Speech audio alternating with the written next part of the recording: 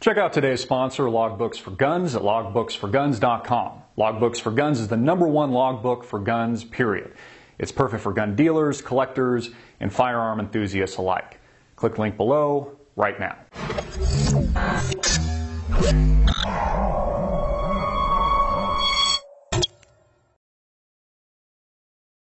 Hey, I'm Christopher Green. You're tuning into AMTV Alternative Media Television. So here's my quick take on how to change the world. People ask me all the time, Christopher, how do we change the world? I mean, hey, how do we beat these big crony banks? How do we beat the too big to fails? How do we beat these criminals in Washington, D.C.? Well, honestly, the answer to that question is pretty darn easy, is pretty darn simple if we all followed what I'm about to tell you.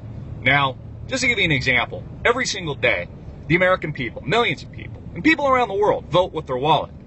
You vote with your wallet when you do business with other companies, when you do business with friends, when you do business with family, when you invest in certain things, when you engage or tune in to certain channels, products, services.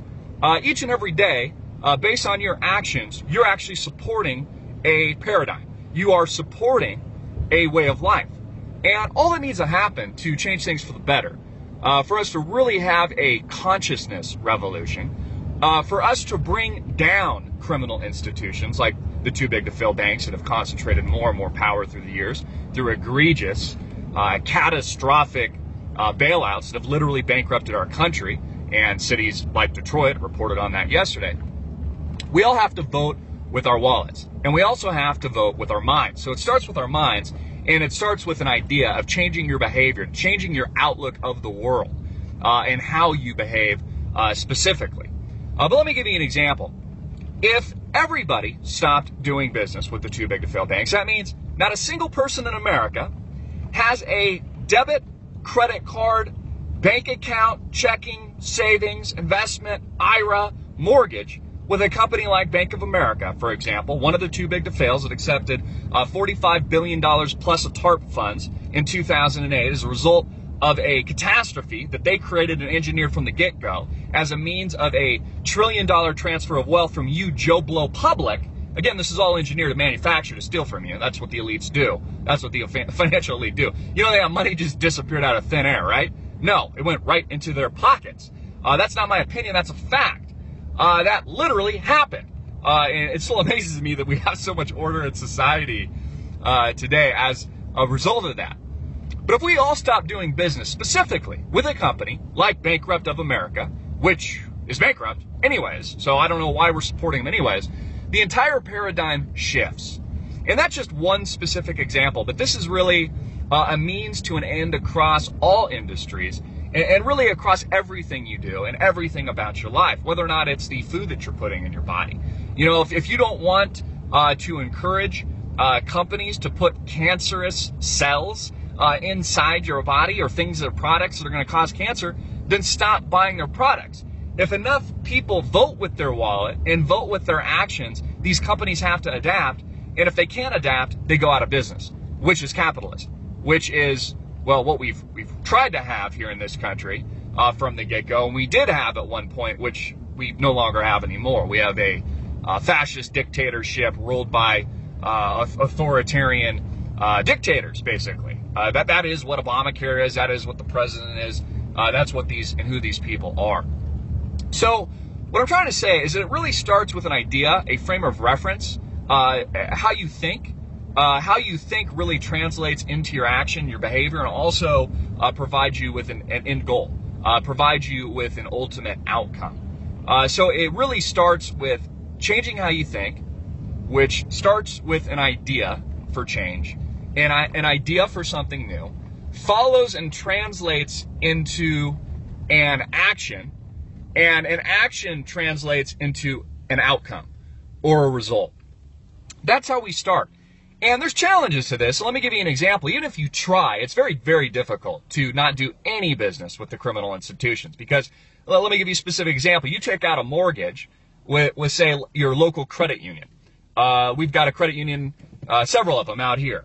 So let's say you take out a mortgage with an Arizona credit union. That Arizona credit union, 99% of the time, a good portion of the time, and these small, medium-sized banks are going to securitize, package, and sell these mortgages in bulk to the big banks. And you've seen this before. You buy your home and you start with one bank, and then all of a sudden you're servicing the debt to bankrupt of America again for the rest of your life. So there's certain things that are very difficult to get around, but we could get around if people demanded it. In fact, you could just go to your credit union and say, hey, as a product of getting this loan, or by way of getting this loan, you can't sell it to anybody else, or you can't sell it to a criminal institution that accepted TARP, or bailouts in 2008. And if enough people did that, they would have to change how they securitize package mortgages.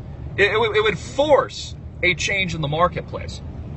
And so what we need to understand is it really is the power of the people. It's the power of the masses. Obviously not a single person can change a lot.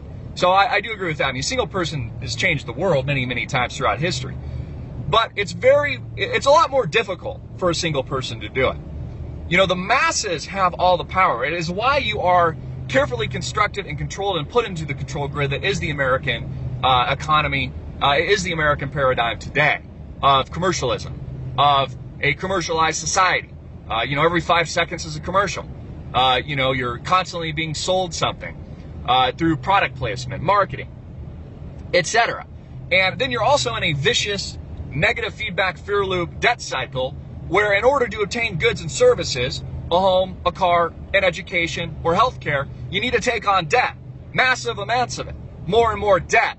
It's more and more taxation. They keep you in that fear loop, and they keep you in that paradigm because it cements their power. The minute we wake up to the fact that they don't have the power, and I know most of you already know that, and of course I know that, they don't have the power, you do. The minute the rest of the masses wake up to the fact that these people don't have the power, we have a true intellectual and physical and economic revolution in this country. And we do it without firing a single shot. Now, all great minds have known this, whether or not it was tyrants in the past, people like Hitler, or people like Mao, or people like anyone for that matter, for good or evil. All the great minds knew this. It's why governments around the world have always feared ideas, because ideas transform everything, influence the masses. Ideas condition the masses. So all great leaders know this, whether or not it was our founding fathers that, founded this great free country, or it was even, tyrants, or what people to perceive to be as tyrants throughout history. People like Hitler and, people like Karl Marx. So we need to wake up to the fact, and we need to spread the idea. We need to share the idea, which I'm sure the government will tell you is, a thought crime. This is what George Orwell predicted. The Orwellian police state, where there's a camera around the corner every 5 seconds, and you're being, data mined in a grid system by the NSA 24/7. Share the idea of freedom and elevated consciousness with you and your friends and family. Share it with them, because we have the power. These criminals don't have the power.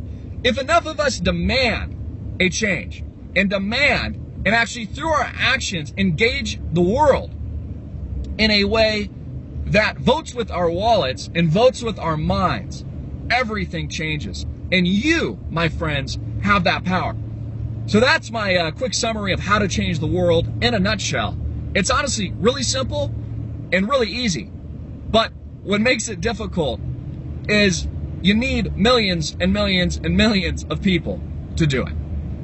I actually believe in the people, and I believe in humanity, and I believe our consciousness is being raised. I'm Christopher Green, hard-hitting in your face. Thanks again for tuning in. Please support our sponsor. Click the link below. I'm out. Make it viral. Peace.